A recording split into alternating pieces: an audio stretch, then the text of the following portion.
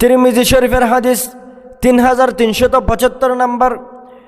নবী করিম সাল্লাল্লাহু আলাইহি ওয়াসাল্লামের সাহাবা আব্দুল্লাহ ইবনে বসরিন রাদিয়াল্লাহু তাআলা আনহু বলেন, একদিন রাসূলুল্লাহ সাল্লাল্লাহু আলাইহি ওয়াসাল্লামের দরবারে একজন মানুষ এসে বলল, ইন্না শারা'iয়াল ইসলাম কদ কাসরাত আলাইয়া। ইয়া রাসূলুল্লাহ সাল্লাল্লাহু আলাইহি ওয়াসাল্লাম, ইসলামের এত বিধিবিধান আমার মাথায় থাকে না।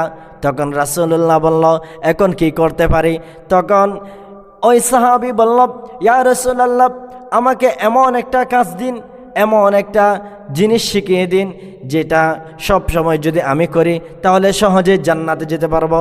রাসূলুল্লাহ সাল্লাল্লাহু আলাইহি ওয়াসাল্লাম বলেন, লা ইয়াজালু লিসানুকা রাতফাম মিন যিকরিল্লাহ, লা ইয়াজালু লিসানুকা রাতফাম মিন যিকরিল্লাহ।